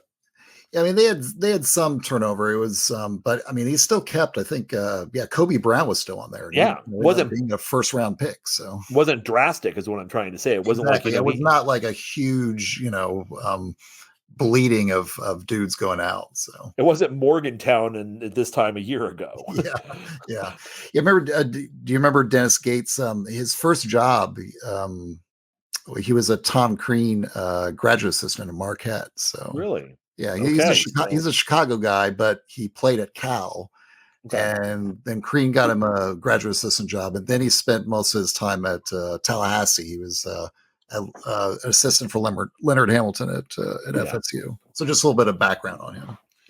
That's so he has a pretty good coaching pedigree, and again his surge his first season into 25 wins. And I'm going to pull up Ken Palm if I can. Because I just want to show them real quick, or kind of go through this with them. And again, you'll notice that their transfer minutes, they played a high amount. So I guess he had a little more turnover than I was caring to admit. But if you look at their history, they go to 25. And I mean, you kind of, when I look at this, they had DeAndre Golston, Indiana kid, right? Gary, and spent time at Milwaukee, then to Missouri. And we talked about Kobe Brown. Yeah. He's another, so he had a pretty good amount of talent. And then the next year Sean East, another Indiana kid. Yeah. Another kid Romeo Langford. I remember I've seen Sean East play a few basketball games. I'll put it that way. I once saw Sean play without Romeo, and he was still pretty commanding on the floor. You could tell he was a D1 talent. Yeah. And he's a kid that, really improved his game from the time he was a high school senior. Oh yeah. Till the end of this season, which was his 5th year. I remember watching his video reel, and he was a really good shooter, but it looked like it took him about like 8 seconds to get a shot off. It looked like it was very like, and a low release. I remember he kind of this like low sort of like shot put release. And yeah, over time he just improved. He went to junior college, then to UMass. He kind of bounced around a few places, right? Yeah, and if I follow KenPom, he may even have a year of eligibility. I'm not sure if he does because I'm not sure where he played in 2022. Yeah, but yeah, he's a good story. Just a great story of what you can do if you just keep grinding. Exactly. Going back to the with Gates, I remember. So Gates comes in. He kind of has. I say that he reminds me of what Brad Underwood tried to do his first years at Illinois. He kind of had that sort of all blitz sort of like theory about defensive disruption. And it's kind of it's like watching a team, like a football team, that decides, okay, our defensive strategy is to have a jailbreak blitz on every single play. Very similar to We're either going to give up a 80-yard touchdown, or we're going to have 11 players like sitting on top of the quarterback. One or two of those are going to be happening. And you see that in the numbers here, but it's also a thing where they don't rebound. It's very similar to Shaka Smart's Havoc. And what will you do if you run Havoc in a high major program? Smart's made some changes and some adjustments to how he's played over, as he's moved from VCU to Texas to Marquette. But I will say this much about Missouri. They're not great rebounding the basketball. No. Which means they have to get turnovers. Yeah. It's an imperative. And they I remember, like, was it the one year were they fouling a ton? Yeah, well, do you have KenPom up right now? Yeah, let's pull that up. Because I've got that without the screen share. So yeah, what you're seeing is their foul rate, not really so badly. They're not really. Well, no, they are fouling a ton. They don't get to the line a ton, but they're fouling almost 42% of the shots were free throws. Which so that's is a lot. Which is very Underwood year 1 or 2 in Champaign kind of numbers. Because if you remember. I remember some of those games watching them. It's like if they didn't get the turnover, it almost inevitably led to some kind of action at the rim, either a layup or they just had to like tackle the dude before he got a layup. Right. And for every 2 offensive rebounds that they get, or defensive rebounds Missouri gets, they give up over one offensive rebound. Yeah. So that's not good. I mean, you got to think that on pretty much every shot, there's a 1 in 3 chance the other team's going to get a second look at it. Yeah. And even though their shooting defense was pretty stable, what happened to them in so many ways was, and their turnover, they still forced a turnover in 19% of their possessions. But the biggest problem or 18.6, but they had to get a turnover in 1 out of 4 possessions in order for this thing to work. Yeah, the numbers just didn't work out, right? And so again, those, they do have that offense and defense discrepancy, but that defense, even though it was a 180 defense, back in 2023, they still won 25 games, and because they forced so many turnovers, and they shot the ball so incredibly well. Yeah. Again, you're at 55% effective field goal percentage. You're a 36% 3-point shooting team, 56% from 2-point. You're outscoring your opponent. It's almost like you're running the high major version of Grinnell here, aren't you? Yeah. I mean, yeah, and they had in that year that the big spike year they had. They had enough players that they could do that with, that had at least enough defensive skill to cause some kind of disruption. Mm-hmm. But also the guys that had the offensive skill to be like, really high performers. Like, Kobe Brown, we already mentioned him. He was like the kid that stayed on with them. He was a 1st-round pick for them with the Clippers. The kid they brought in, probably the most important transfer they had was that Demoy Hodge, the Cleveland State transfer. Yeah. He came in and he was one of those that I think everyone kind of saw what might have been a really good transfer coming in from a smaller place. Again, he came from Cleveland State. He was at a 5.0 BPM at Cleveland State as a sophomore. Yeah. Now that's really impressive to have a 5 box plus minus as a sophomore at a school like Cleveland State. Because again, like typically the lower the school you're at, oftentimes you're more likely to have a suppressed box plus minus. The fact that he had that level at that, or he had that rating at that level of school, a lot of people kind of looked at it and said, yeah, that kid's going to blow up wherever he goes next. And of course he goes to Missouri and blows up. And the next year he gets picked by the Lakers. Right. Yeah. And so the other thing is, if you're looking at this on the Ken Palm also, is that his tier A and B, which is saying, okay, are you playing against upper competition? He had 3 games against tier A competition. He maintained his offensive rating. His shooting was a little down, but he was still very effective against. And so now you're surrounding him with other high major players like Kobe Brown. He's going to maintain or do better than that, which is exactly what he did. Yeah. So fast forward to the next year. And that's one of the wonky things with Ken Palm, is that you do that and it goes back to there. You go back to that next season, and then all of a sudden they drop out. And, Sean East gets more utilization. Nick Honor gets more utilization. I think East did better than Honor did on that utilization. I think. But when you throw in a guy like Noah Carter, who's replacing these guys, it's not nearly the same offensively. And they were just ineffective in so many ways. Yeah. Because what really happened there was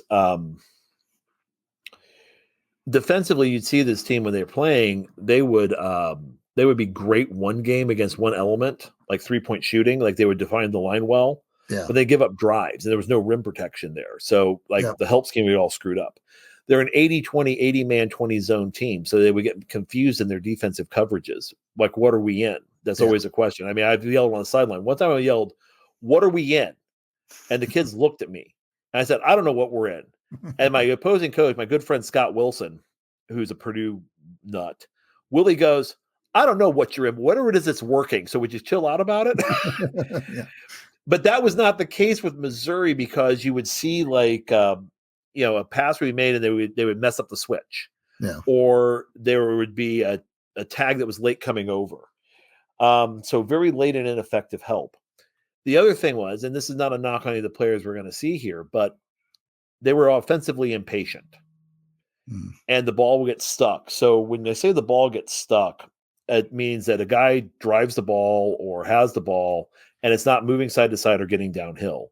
Yeah. It's not trying to dislodge the defense and try to create those power play scenarios. Right. And so now, even if they're driving right into the teeth of the defense. So it's kind of like when you watch a soccer game and then one guy dribbles the soccer ball into the fullbacks and the striker, and they just collapse onto him. Yeah. And there's nowhere to go. And that's been a problem that IU's had in the years without perimeter shooting. So with some of the perimeter shooting issues, because teams can pack it in and prevent you from doing that you want to do, whether it's throwing it in the post or driving with a guy like a Romeo Langford. Yeah.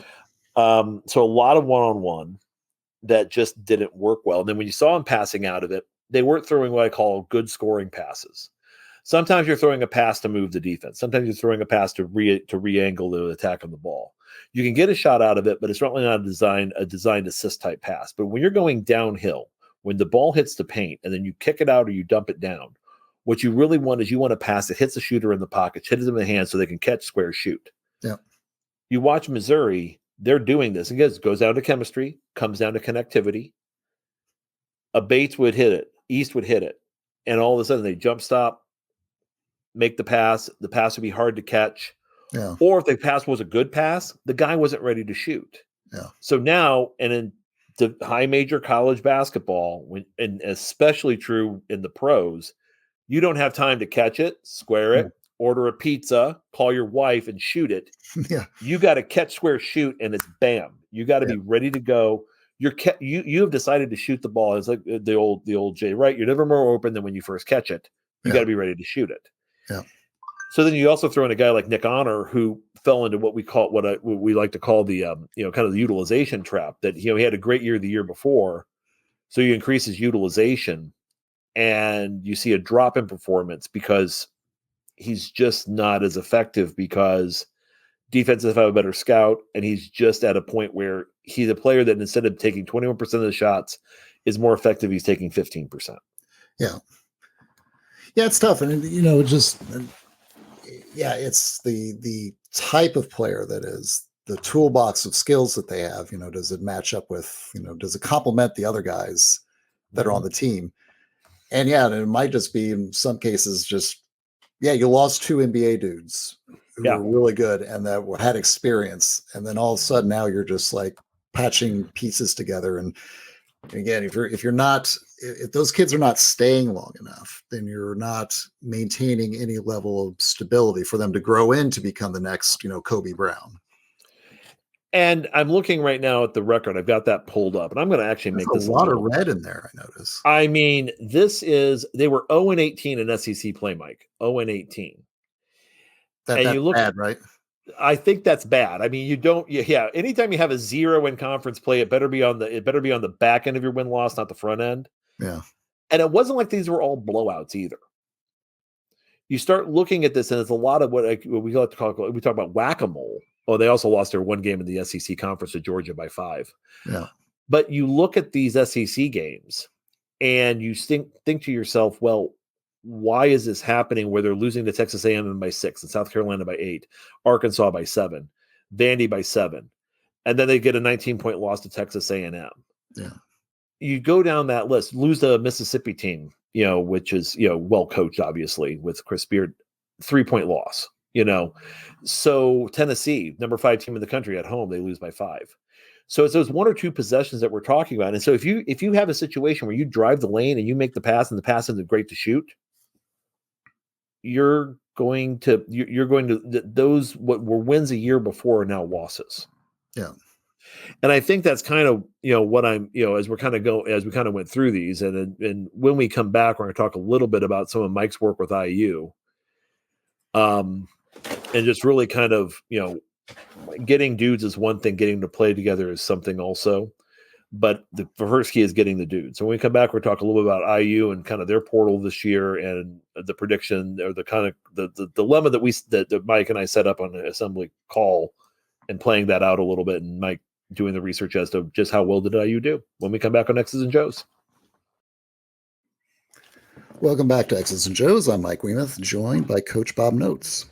Bob, do you remember the day that McNeely decommitted? I do. I remember What were we doing that day?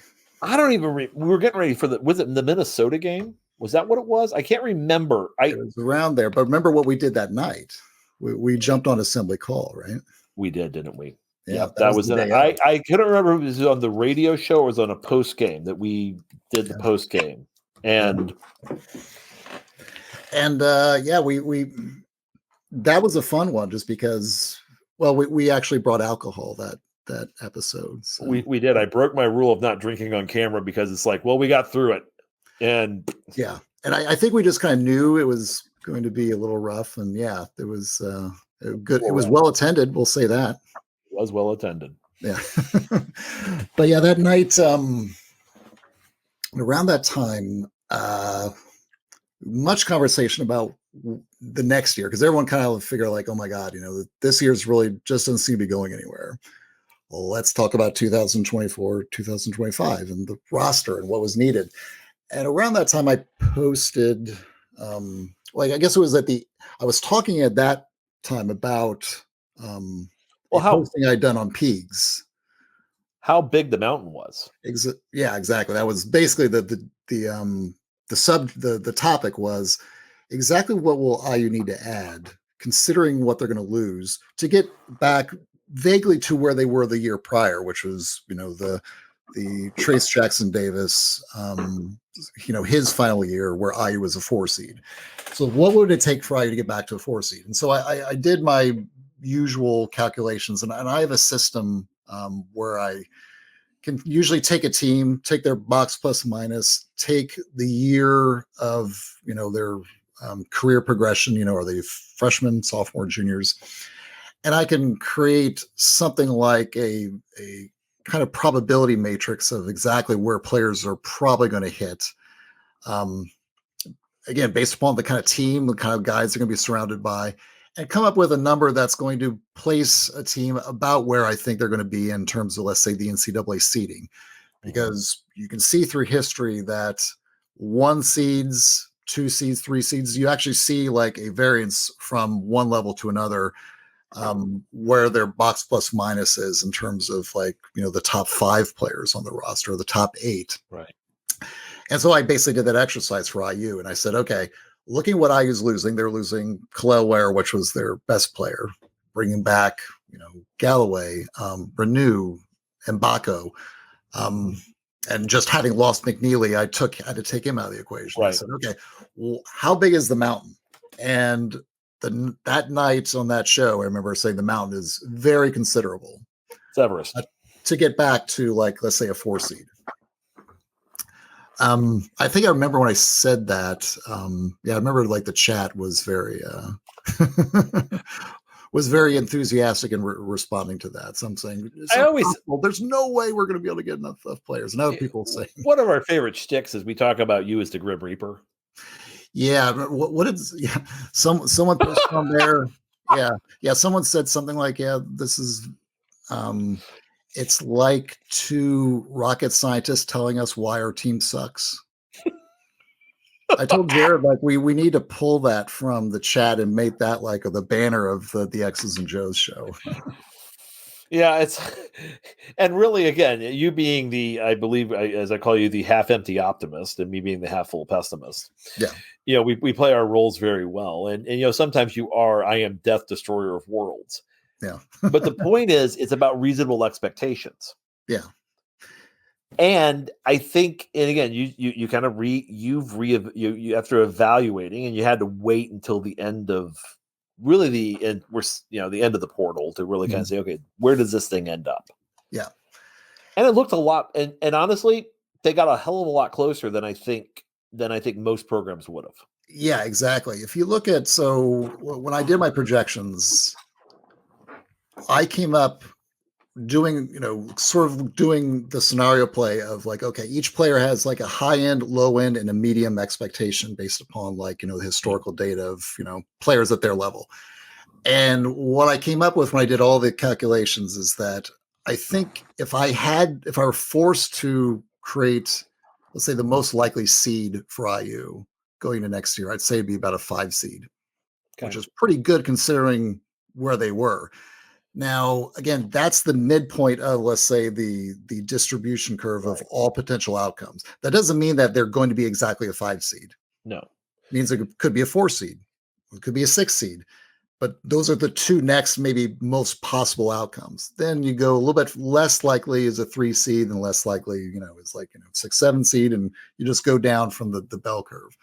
And so, I would say that right now I set the midpoint at about a 5 seed. And it took a considerable amount of work to actually get to that point, if you consider what the gaps IU had. Right. And if you see this, I put on the screen this is 2024/7's 2024 portal class rank. And as you see here, IU came in second, just behind Arkansas, ahead of Kansas, St. John's, Kentucky, West Virginia, and Alabama. Kentucky is notable. I'm going to say this real quick about Kentucky, because if you look at their score of 27.75, and they had 9 commits. I mean, Kentucky had to literally rebuild the entire roster under Mark Pope. Yeah, IU at 6 has and that score, isn't that impacted somewhat by this on 24/7? Yeah, the total score is a function of both the rating average of per players and the number. So there's, that's why you kind of sometimes look at the average as much as you look at the total points. Right. Yeah. Right. So the average is still, it's really good. But again, you're looking at 9 versus 6. Yeah. You're still you're there. And to be able, so to just think about the numbers, like, okay, well, why do people say, well, why did they rate IU so high? What is about their portal that, their portal haul that seeming to indicate some improvement. And why did I raise the the seed expectation up to 5 from a team that just lost their best player in Khalil Ware and didn't even get her close to the tournament? Is because they did bring in some pretty impressive dudes on the 24/7 portal player rankings, the individual player rankings. Omar Ballo, the transfer from Arizona, he's number 2. Yeah. Keenan Carlisle's number 15. Miles Rice, the incoming, likely, hopefully starting point guard, was number 24. And Luke Good from Illinois, the Indiana kid, was 132.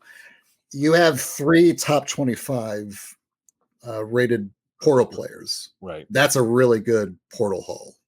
And so when I said the mountain was considerable, this is the kind of class that gets you as close as IU got to hitting right around where a 4 seed would be. They got, like I said, maybe one more extra like elite dude. They probably would have been safely a 4, maybe a 3 seed estimate under my calculations. Well, and again, you also have two other players that are not listed on here who were, again, good pickups as practice players, occasional spot minute guys. But yeah, with Hatton and the new kid we just got from where South Carolina State, the kid from South Carolina State. Yeah. And that, but again, I think, and the good thing about Carlisle and Rice, we talked about this on the they're sophomores. They're rising sophomores. And that's that conversation back to Miyakawa's conversation about 60% continuity. We don't get that this year, but assuming that both come back next year, now they get to be in that continuity, the two of them. So you now have a high level backcourt that could be a high level multi-year backcourt. Exactly. Yeah. That's the hope. I mean, is not just that they're going to be great for next year, but maybe they'll stick around. Yeah. And you think about and you're right, Miles Rice, he was the Pac-12 Freshman of the Year last year. Now, if you consider the history of that award, the last 8 players to win the Pac-12 Freshman of the Year ended up high draft picks. In some cases, like legit NBA all-star studs like Jaylen Brown, Lonzo Ball, Evan Mobley. So he's definitely joining elite company. So the fact that he got that designation last year, I've told people, it's like, do not sleep on that kid, because that is a much better accomplishment than I think what a lot of people realize. So, yeah, I mean, this is, and I think, what does this matter? It goes back to what we were talking about kind of to start the show, which is, or this episode in particular. You can kind of there's a different flow to talent now than there was 2-3 years ago. Mm-hmm. It also doesn't add the fact that Bryson Tucker is a freshman that's coming into this play as well. So that's another good long-term piece that could develop. Another good long-term piece. Yeah. And so it's just that talent flow that you're bringing in guys. But I also think that, as you were kind of talking about that to begin, which is, the level, getting that level of success that you're looking to. Maybe you don't make the 5 seed. Maybe this year's a 6 seed, but now it's more tenable with that those 2 returning pieces to then get into that top 5% that we're talking about. Exactly. And talent begets talent. The stepping stone is easier if you've got some, stability of returning players from that, let's say, 6 seed level. And even if IU goes in that 4th tier, the middle of that 4th tier, around the 90th in the country based on your metrics, 85 to 90th, and jumps themselves into, a top 25 team, that's still a pretty good accomplishment. Oh, sure. Absolutely. Yeah. I mean, you're looking for some degree of program traction, right? Because having a huge drop off like you had from the prior year until last year, from the Trace Jackson Davis, Jalen Hood-Schifino team, and you're dropping all the way back to where IU was last year. That was a significant drop. I mean, it was like Ken Palm wise, it was, I said, like, I actually tracked the number of times a coach had a a 50+ Ken Palm drop earlier in their career. And I posted, in several places, and some people weren't necessarily happy that I posted it, identifying that that's usually not great for a coach's long-term stability at a program. There's just not a lot of cases of guys like recovering. But I said at the time is that, well, to recover, yeah, you're just going to have to really climb the mountain and get a lot of dudes and make sure that you get the right dudes, the guys that can run your system right and make up for all the problems that you had before. And based upon what at least in terms of capacity, we're not talking about what the outcome is going to be. Right now, we don't know exactly how these players are going to mesh, but capacity wise, these guys look pretty good based upon where they're coming from and just, what you can see in terms of their scouting capability. And as we're talking about this, there's past performance doesn't necessarily go with future results. And we go back to the meme stock idea that, sometimes individual stocks are going to trade higher and lower that kind of go outside of what the outlier stocks, for lack of a better term. Right. This is a potential outlier. Yeah. And the question becomes then, if they can find that chemistry as you're talking about, what am I looking for? What are you looking for? What are you looking for with this team next year? In terms of what I'm looking to see, here's where I think they're going to be, if I had to bet money, where I think they're going to be different. I think the guard speed change is going to be huge for this team. I always, I talk about this a lot, and it kind of, I bore people to tears when I talk about guards being fast, but it's a huge deal in modern basketball. It is. I think one of the biggest problems IU had last year is that teams could completely bottle up the backcourt so easy, especially when Xavier Johnson was hurt. Now, the other guys have some skills. It's difficult if you don't have any other guards that are like opening things up for people. And so if everything is just kind of being bottled in, your guards can't, wiggle free. Then and especially if you combine that with the guards not necessarily shooting too well, that's like the ultimate. That's like the worst combination you can have for a backcourt is can't really drive and also can't shoot very well. It makes even if you are a post dominant team or you prefer to play out of the post, it is very easy for a team to make the post a very uninhabitable place to score if you don't have guards that can really maneuver the defense in a certain way. That's what I'm looking for to see what especially Rice and Carlisle can do, because I think they have the potential to really get defenses scrambling to get IU into those kind of, power play situations where it's more like a 5-on-4 or 4-on-3 scenario where the defense is completely out of position, having to constantly switch and hopefully leading to easy, not even just for the guards, but even just for the bigs. I mean, I want to see Renew get a lot more scenarios where he's one-on-one with a dude rather than he's facing two guys and having to split defenses.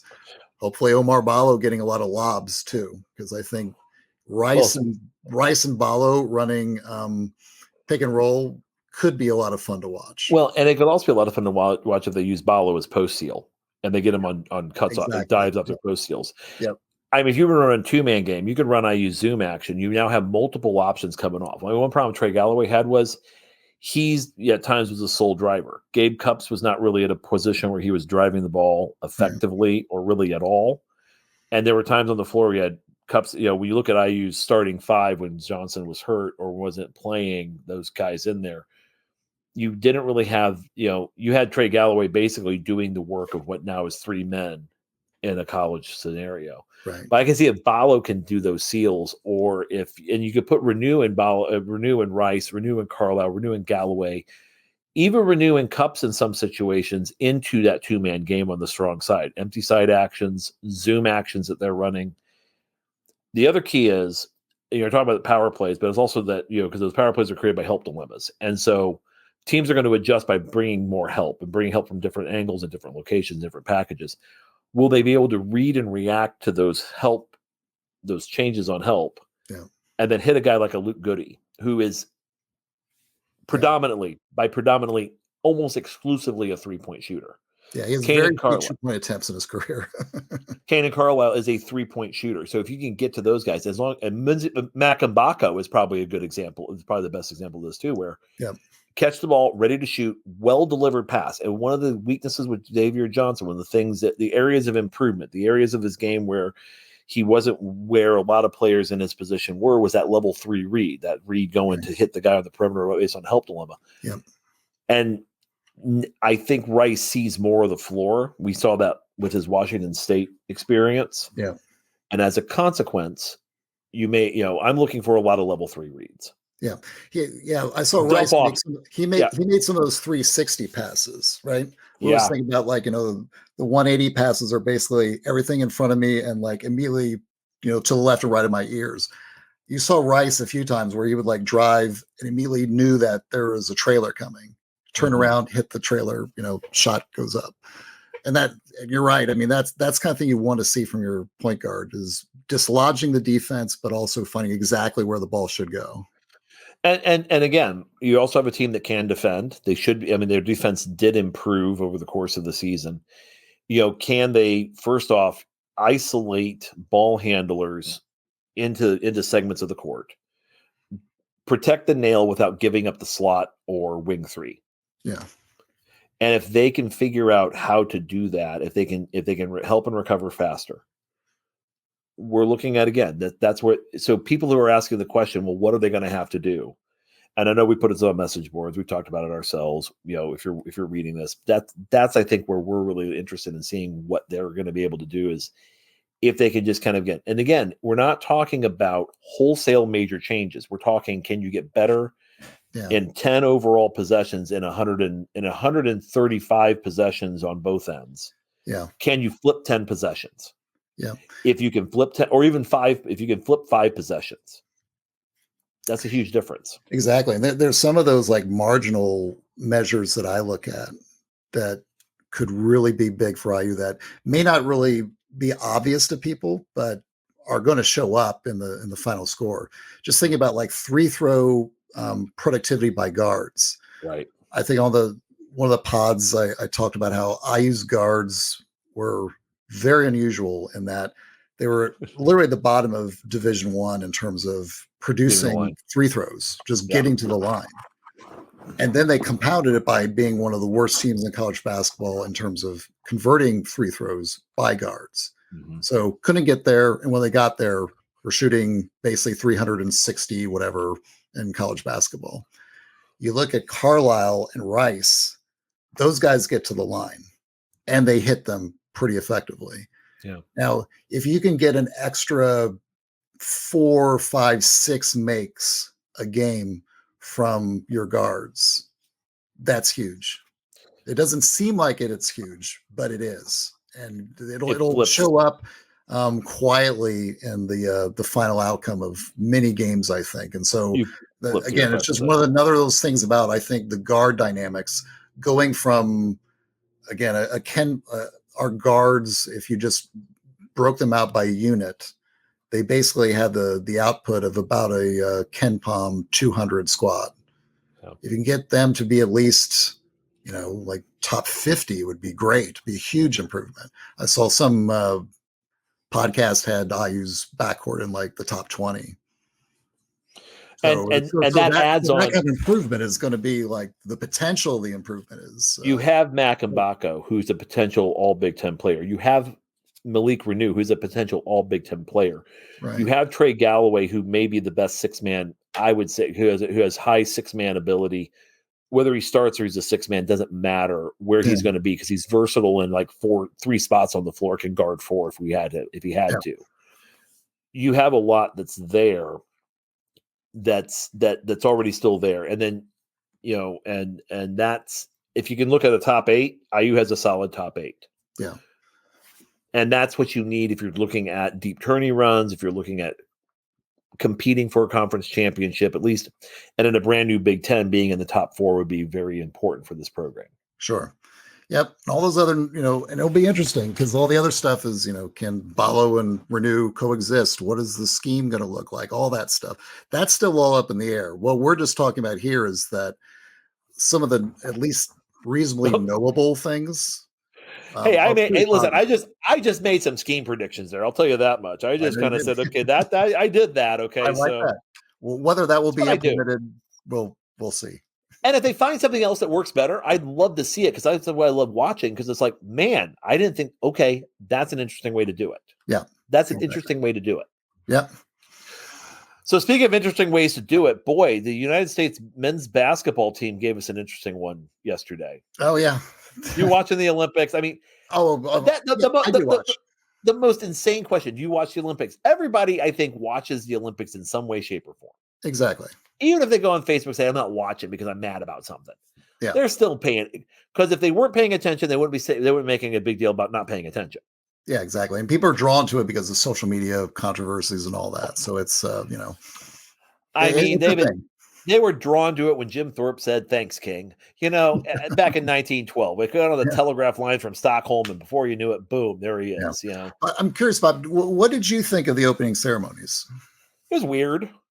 I mean, I say weird, and I'm okay with weird. A lot of weird. I think there was a moment where I saw the beheaded Marie Antoinette singing and I can't think of the band's name, but I've had many people correct me. And my old friend Clint Merkel, who set me up on Twitter when he said that was awesome, wasn't it? Yeah, point taken. Yeah, but I would say that it was something that it was like, okay, I know it's like, okay, go back to the Macy's Thanksgiving Day Parade. I watch that, I get confused. Yeah, who the hell are these people? I don't know. I watch the parade so I know what Broadway shows I would like to see and I'm going to miss. Mm-hmm. And then I also watch it so I can actually understand what artists my kids are talking about, so I can make fun of like, what's a Doja Cat? I can do that because I'm an old guy now. I can say those things. Right. I know, and now I know who Bluey is. So I guess my world is complete because I have a 2-year-old, or nearly 2-year-old that can do that. But yeah, it was kind of odd. I think end of the day, it's an Olympic opening ceremony. It's the French being avant-garde. This was much more 1920s Paris than it was 1968 Paris. Right. Yeah. Yeah, I agree. It was a little bit, I would say avant-garde is probably a good way to put it. I mean, I think the idea of incorporating the sights of Paris is a good idea just generally. I mean, I've been to Paris, before, and I definitely like it. But I think how they did it, well, you're right. It was a little bit hit or miss. I mean, there were a few times I thought like, oh man, that was pretty cool. And there were times like, that's a little bit out there. Now, I thought it'd been interesting to have the athletes walk through the Arch de Triomphe and march down the Champs-Elysees. That I thought, like initially, I thought, well, that'd be kind of cool if they, could use but there's one country that has to be a problem with. One country that'd be an issue. Would that be a tad too awkward for the German delegation to be asked to do that? Well, then you also have the Italians march through Marseille just on principle, right? It's like, well, I just imagine what would the IOC instructions be to the Germans, when they're marching down the Champs-Elysees? Like, look, just walk, don't march, and don't look too happy when you're doing it. Don't look, it's like, don't look triumphant. Look kind of, down a bit. Yeah, you're gonna beat us in the middle count, that sort of thing. You're the host country. Yeah. But no, I mean, it's been a great games, and I mean, I'm thrilled for a lot of the, I'm actually really thrilled to see like artistic gymnastics. The United States has actually become dominant after when we were growing up. We had Mary Lou Retton, and then it was always the Romanians versus the Chinese, that sort of thing. Yeah. But I mean, and athletics, track and field, all these, the traditional events, and it's nice to see our wrestling program doing better. Great to see the swimmers beating Australia. More cowbell. Yeah. But I think at the end of the day, it's one of those things where, and just to real quickly, it's just a great time. And I think it's going to be great to kind of see, I love the fact that we're going to see athletes are going to be able to go back to college and make NIL deals based on this. Right. Yeah. That's true. Because you and I were talking about great SNL sketches, and we obviously were talking about synchronized swimming. We have to talk about Chris Guest and Harry Shearer and Martin Short in the water. Yes, exactly. Martin Short famously, but before they did This Is Spinal Tap, I believe it was right before then. Yeah, we'll post it online. But it's a great watch. Christopher Guest, Martin Short is classic in a life vest and the pinch. And what was his line? I'm just like, I'm not a strong swimmer. I just kind of sheep. But you see Christopher Guest, and then all of a sudden you see Corky Romano, right, from Waiting for Corky Saint. Yeah. Was it St. Clair? Yeah. Anyway, Corky St. Clair, exactly. That's basically his character from the movie.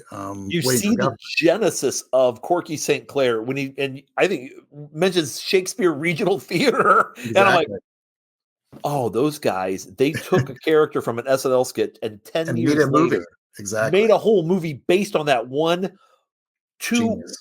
90-second thing. So when we talk about great comedians, there we go. Yeah. But when we talk about great comedians, especially guys from Chicago. Yes. We have to mention the great John Belushi. And speaking my number one Olympic parody.